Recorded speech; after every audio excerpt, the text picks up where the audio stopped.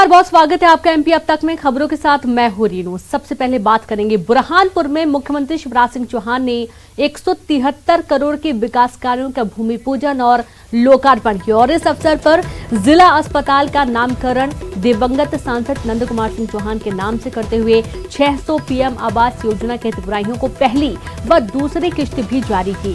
CM Shivraj Singh Chauhan ने corona guideline के तहत विभिन्न योजनाओं के हितग्राहियों से वर्चुअल संवाद भी किया है।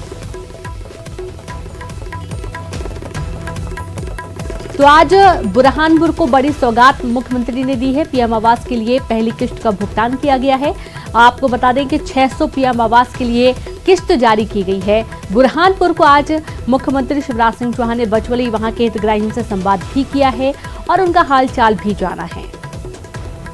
तो 173 करोड़ के विकास कार्यों का भूमि पूजन और लोकार्पण आज मुख्यमंत्री शिवराज सिंह चौहान ने किया। हितग्राहियों से बातचीत भी की। वर्चुअली संवाद काफी बेहतरीन रहा।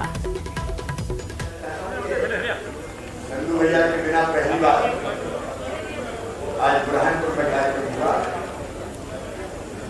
हम सब के दिल में उनका स्थान है। जिला का नाम उनके नाम पर किया है। बाकी बुरहानपुर जिला चाहे संरचना का सवाल हो, सड़क का सवाल हो, पानी का सवाल हो, पीने का पानी का सवाल हो, चाहे स्वास्थ्य का सवाल हो, शिक्षा का सवाल हो, नगर की अवसंरचना हो, रोजगार का सवाल हो, हर दृष्टि से हमने आत्मनिर्भर योजना बनाई है। भोपाल गैस त्रासदी की पीड़ित महिलाओं को अब पेंशन मिलेगी। राज्य सरकार ने आदेश जारी किया है कि गैस त्रासदी की पीड़ित विधवा महिलाओं को हर महीने अब 1000 रुपए की सामाजिक कर सुरक्षा पेंशन राशि मिलेगी। तो वहीं महिलाओं को पेंशन का फायदा 1 अप्रैल 2021 से मिलेगा।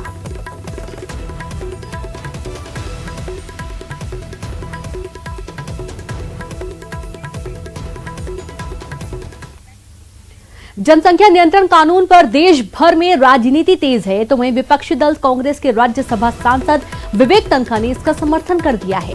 तन्खा ने खुद को देशभक्त बताते हुए जनसंख्या नियंत्रण को आवश्यक बताया। तन्खा ने कहा कि पार्टी देश से ऊपर नहीं हो सकती है और यदि हम जनसंख्या नियंत्रण नहीं करेंगे तो हम प्रतिवर्ष एक नए ऑस्ट्रेलिया को जन्म देंगे। आप कितना भी विकास कर लें, कितना भी कर वसूल लें, लेकिन देश गरीब ही रहेगा। देशभक्त हूं और राष्ट्रभक्त हूं और ये राष्ट्र किसी भी बाहर पार्टी के ऊपर है। पार्टी राष्ट्र से बड़ी नहीं है, देश राष्ट्र पार्टियों से बड़ा है।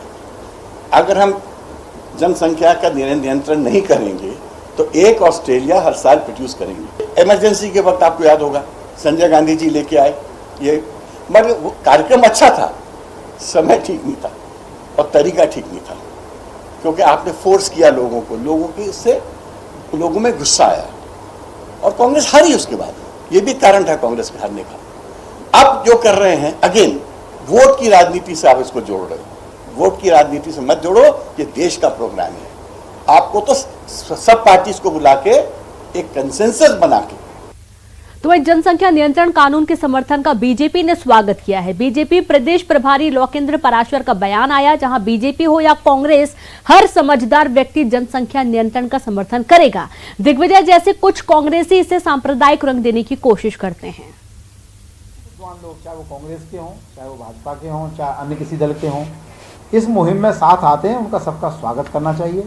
विवेक तन्खा जी एक विद्वान अभिभाषक हैं और उनकी चिंता जायज़ है। मुझे दुख तो इस बात को होता है कि दिग्विजय सिंह जैसे लोग जनसंख्या नियंत्रण में भी सांप्रदायिकता देख रहे हैं। कल दिग्विजय सिंह ने कहा कि केरल में मुस्लिम और ईसाई सबसे ज़्यादा हैं, फिर भी लिटरेसी के कारण जनसंख्या वृद्धि दर कम है। ये मुस्लिम और ईसाई इसमें कहाँ से आ गए भाई? आप क्या चाहते हैं जहाँ लिटरेसी नहीं, वहाँ बच्चे पैदा होते रहे और गरीब गरीब बना रहे, परेशानियों से जूझता रहे? इसलिए विवेक तन्खा ने दिग्विजय सिंह के विरुद्ध जो राय रखी है, हम उसका स्वागत। और ज्यादा जानकारी के साथ विस्तार से विवरण के लिए संवाददाता शरद जुड़ चुके हैं। शरद, हम देख पा रहे हैं कि जनसंख्या नियंत्रण कानून को लेकर सियासत तो हो ही रही है और ये दोनों ही पक्षों की तरफ से हो रही है, चाहे वो सत्ता पक्ष हो चाहे विपक्ष हो। मध्य प्रदेश की खासतौर पर बात करें तो विवेक तन्खा के समर्थन से देखा जा रहा है कि जो बीजेपी है वो काफी खुश नजर आ रही है, क्योंकि कहीं ना कहीं बहुत जरूरत है सबको मिलकर इस पर काम करने की। शरद, बिल्कुल, देखिए आपने सही कहा है। और दरअसल अभी तो सिर्फ अगर हम मध्य प्रदेश के संदर्भ में बात करें तो सिर्फ बयानबाजी ही हो रही है। इस पर कोई ऐसा ठोस कोई कदम निकल के सामने आए ऐसी बात नहीं है। लेकिन हाँ, ये ज़रूर है कि जनसंख्या नियंत्रण कानून को लेकर जिस तरीके से उत्तर प्रदेश में पहल हुई है, उसके बाद मध्य प्रदेश में बहुत सारी बातें निकल के सामने आ रही हैं। इससे पहले अगर आपको याद हो तो बीजेपी के जो विधायक हैं रामेश्वर शर्मा, उन्होंने एक चिट्ठी लिख दी थी मुख्यमंत्री शिवराज सिंह चौहान को, और उसमें उन्होंने मांग की थी कि मध्य प्रदेश में ये कानून लागू होना चाहिए। विवेक तनखा ने आज इसका समर्थन किया है और उस समर्थन का बीजेपी ने कहीं ना कहीं स्वागत किया है। लोकेंद्र पाराशर जो मीडिया प्रभारी हैं बीजेपी के, वो कह भी रहे थे कि जो भी व्यक्ति देश हित में सोचता होगा या समझदारी की बात करेगा वो जनसंख्या नियंत्रण के बारे में बात ज़रूर करेगा। लेकिन कुछ नेता कांग्रेस के ही इसको सांप्रदायिक रंग देने की कोशिश करते हैं। तो ऐसा नहीं है कि सिर्फ ये एक विषय बना हुआ है, इस पर राजनीति भी पुरजोर तरीके से हो रही है। अपने अपने तरीके से इसकी व्याख्या करने की कोशिश भी है नेताओं की। लेकिन इन सबसे इतर जो ज़रूरत है वक्त की, उसमें कोई दो राय नहीं है कि जनसंख्या नियंत्रण होना चाहिए। अब जनसंख्या नियंत्रण के लिए क्या कोई कानून लाया जाए? अगर कानून लाया जाए तो फिर वो कैसा हो, उसका दायरा कैसा हो, उसके प्रावधान क्या हो, ये बहुत सारे ऐसे विषय हैं जिन पर बहुत लंबा मंथन करने की ज़रूरत है। लेकिन एक बात सही है कि कम से कम इस बात को लेकर चर्चा तो हो रही है राजनीतिक गलियारों में। जी बिल्कुल, और इस पर विचार करने की सख्त जरूरत है, खासतौर पर सत्ता पक्ष को शरद, क्योंकि जिस तरीके से आगामी चुनाव भी हैं, नगर निकाय चुनाव हैं, फिर पंचायत चुनाव हैं, अब उसके बाद फिर आगे और भी चुनाव होंगे, तो जाहिर सी बात है पूरे देश के लिए भी एक राहत की बात होगी। क्योंकि यदि जनसंख्या ऐसी बढ़ती रही तो जैसा कि पहले भी अभी बयान सामने आया है कि कितना भी कर वसूल ले, कितनी भी मेहनत कर ले, देश पीछे ही रहेगा।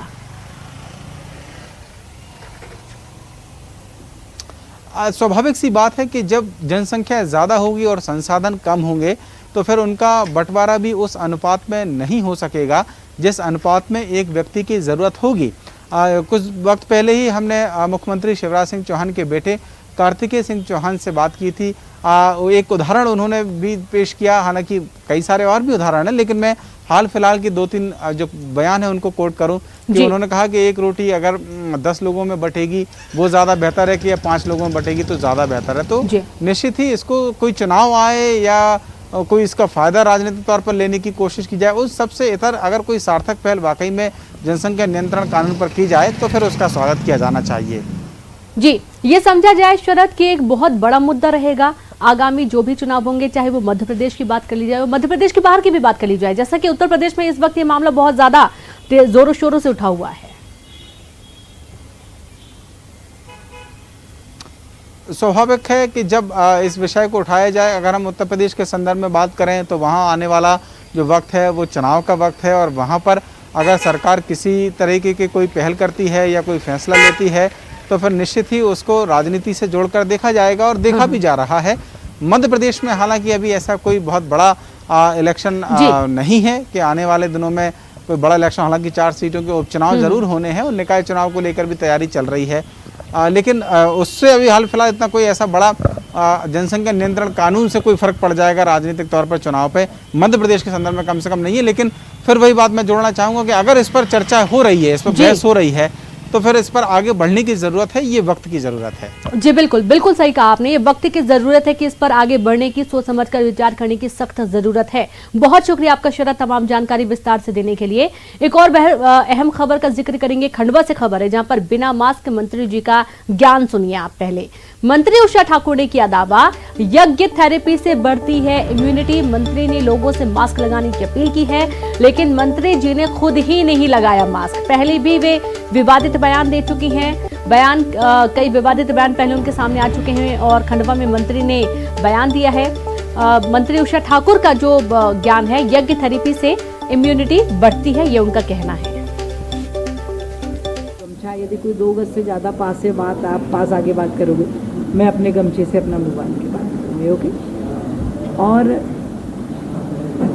मैं वैदिक जीवन पद्धति बचपन से जीती आई हूँ। दोनों समय अग्निहोत्र होता है हमारे यहाँ, हम शंख का नाद करते हैं, प्रभु की प्रार्थना कंठस्थ करके करते हैं। और ये सब चीज़ें विज्ञान ने सिद्ध कर दिया कि यदि हम 2 आहुति डालते हैं ना भाई, तो फॉर्मिक एल्डिहाइड गैस बनता है, कोपाइल नामक गैस बनता है, एथिलीन ऑक्साइड बनता है, और ये सारी गैसें नैनो पार्टिकल्स के रूप में हमारे शरीर के भीतर जाती हैं, हमारे रोग प्रतिरोधक क्षमता को बढ़ाती हैं। स्वास्थ्य मंत्री डॉक्टर प्रभुराम चौधरी आज देवास पहुंचे। उन्होंने रिनोवेट हो रहे महात्मा गांधी जिला चिकित्सालय का निरीक्षण किया और स्वास्थ्य मंत्री ने एक वार्ड के साथ ही सरकार द्वारा दी गई ऑक्सीजन प्लांट को भी देखा। तो मीडिया से बातचीत में उन्होंने कहा कि मध्य प्रदेश के सभी अस्पतालों में इंफ्रास्ट्रक्चर को बढ़ा रहे हैं। हम तो ईश्वर से प्रार्थना करते हैं कि कोई थर्ड वेव ना आए, लेकिन अगर फिर भी अगर आती है तो उसका कम से कम इफेक्ट हो। मैं जनता से अनुरोध करना चाहता हूं कि सब लोग कोविड एप्रोप्रिएट बिहेवियर का पालन करें, मास्क लगा कर रखें। बाकी व्यवस्थाएं सरकार शिवराज सिंह चौहान जी के नेतृत्व में हम लोग कर रहे हैं। मंत्री जी, आप मंदसौर शामगढ़ में टी शेप में 28 करोड़ की लागत से बने 1 किलोमीटर लंबे रेलवे ओवर ब्रिज को बने अभी 6 महीने भी नहीं हुए कि ब्रिज में लंबी लंबी दरारें पड़ गई हैं और ब्रिज धंसने लगा है। इस ब्रिज का कुछ हिस्सा आवाजाही वाले मार्ग से धंस गया है। 6 महीने पहले ही इस ब्रिज का लोकार्पण हुआ था और इसका लोकार्पण कैबिनेट मंत्री हरदीप सिंह डंग, सांसद सुधीर गुप्ता सहित कई नेताओं ने किया था। इस ब्रिज के निर्माण में हुआ भ्रष्टाचार भी साफ दिखाई दे रहा है। अब सेतु विकास निगम के अधिकारी जहां एक और ठेकेदार को तलब करने की बात कह रहे हैं, तो वहीं प्रदेश के नवीकरणीय ऊर्जा मंत्री और इस क्षेत्र के विधायक हरदीप सिंह डंग ने कहा है कि इस बीच में अगर भ्रष्टाचार हुआ है तो उसकी जांच करवाई जाएगी। कॉम्पैक्शन की कमी के कारण इसमें इस प्रकार की स्थिति बनी है, तो इसके अब स्लेब निकाल के वापस से स्लेब डाली करेंगे। हाँ बिल्कुल, उसकी शिकायत आई है, उसके लिए डीआरएम को और अधिकारियों को लेटर लिख दिया है और जो भी अगर उसमें दोषी है उसको उस पर सख्त कार्रवाई।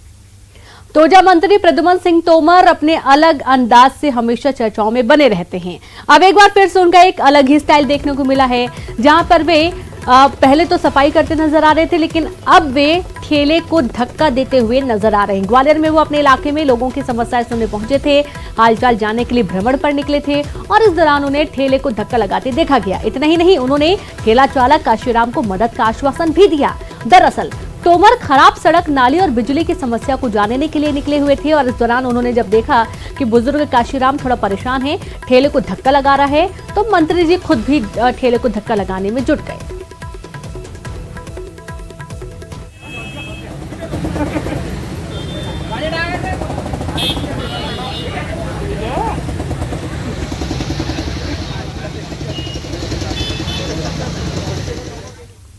और वक्त एक ब्रेक का है, हम जल्द हाजिर होंगे।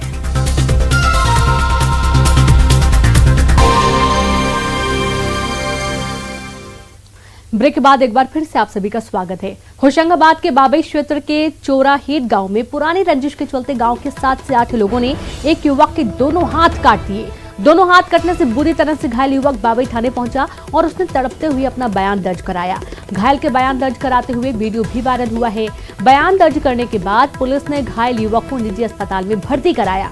युवक की हालत गंभीर होने पर उसे नागपुर रेफर किया गया। वहीं पुलिस घायल के बयान के आधार पर टीम बनाकर आरोपियों की गिरफ्तारी में लगी हुई है। रात में दफे भी और घायल का मेडिकल कराकर और अस्पताल से जो है मेडिकल उपचार के लिए भेजा गया है। और जो आज ओपी फरार हैं उनकी हम लोग तलाश कर रहे हैं। बैठ के आ रहा था मोटरसाइकिल चलाते हुए, तो इनको जो है सिंदरवाड़ा के थोड़ा आगे चौराहेट के पास जो है सिलारी नहर के पुलिया के ऊपर इसको घेर करके और इनको मारपीट की गई 8 लोगों के द्वारा। जो उसका साथी नाती था वो बच के भाग गया और इसको पकड़ के उन्होंने जो है तलवार और बक्का से इसके दोनों हाथ काट दिए। कोरोना की तीसरी लहर की आशंका के बीच बाजारों में लगातार लोगों की भीड़ बढ़ रही है और इसी को लेकर आज शाजापुर जिला प्रशासन ने सख्ती दिखाई और पुलिस और प्रशासन के लोग बड़ी संख्या में सड़कों पर उतरे। इस चेकिंग के दौरान जो भी वाहन चालक राहगीर बिना मास्क लगाए सड़कों से गुजरते दिखे, उन्हें उन लोगों को रोककर हिरासत में लिया गया और जेल वाहन के जरिए अस्थायी जेल भेजा गया, जबकि कुछ लोगों के खिलाफ चालानी कार्रवाई भी की गई।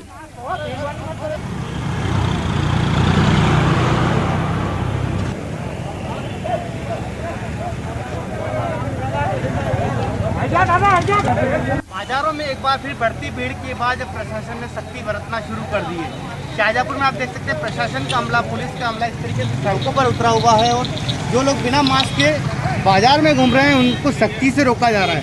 सबसे खास बात, जो लोग बिना मास्क लगाए उन्हें इसे जेल वाहन के जरिए जो है खुली जेल में रखा जाएगा। काफ़ी बड़ी तादाद में जो लोग सड़क से गुजर रहे थे जिन्होंने मास्क नहीं लगाया उन्हें इस जेल वाहन के जरिए जो है खुली जेल, अस्थायी जेल में ले जाया जा रहा है। तो लगातार प्रशासन की कोशिश है कि जिस तरीके से लोग जो है बिना मास्क लगाए घरों से निकल रहे हैं और जो कोरोना की तीसरी लहर को लेकर जो अलर्ट जारी हुआ है उसको लेकर प्रशासन ने सख्ती बरतना शुरू कर दी है। सुनील हंचोरिया, न्यूज़ 18। जबलपुर के स्वामी अयप्पा हायर सेकेंडरी स्कूल में परिजनों के साथ ही ट्रांसफर सर्टिफिकेट लेने गई छात्रा के परिजनों के स्कूल स्टाफ से जमकर मारपीट हो गई। मारपीट की इस घटना में गोरा बाजार थाने में एफआईआर दर्ज की गई है। विवाद ट्रांसफर सर्टिफिकेट लेने गई छात्रा को कम मार्क्स देने के सवाल से शुरू हुआ और धीरे धीरे विवाद में बदला और फिर मारपीट शुरू हो गई। लाने वाली लड़की को 61% दी है।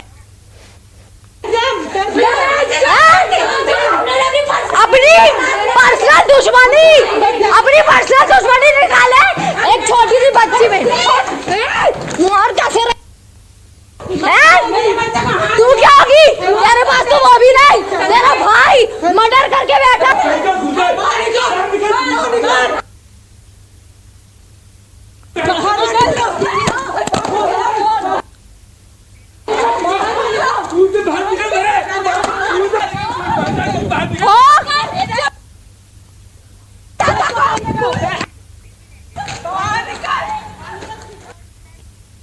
कमलनाथ ने राज्यपाल को लिखा पत्र, जहां राज्यपाल मंगू भाई पटेल को पत्र लिखा। विधानसभा के सत्र को लेकर ये पत्र लिखा गया।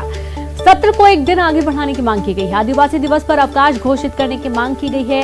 आदिवासी दिवस को देखते हुए सत्र की अवधि एक दिन बढ़ाने की मांग कमलनाथ ने की है। तो राज्यपाल को पत्र लिख आदिवासी दिवस पर अवकाश घोषित करने की मांग की गई और उसके चलते एक सत्र की अवधि एक दिन बढ़ाने की मांग हुई है।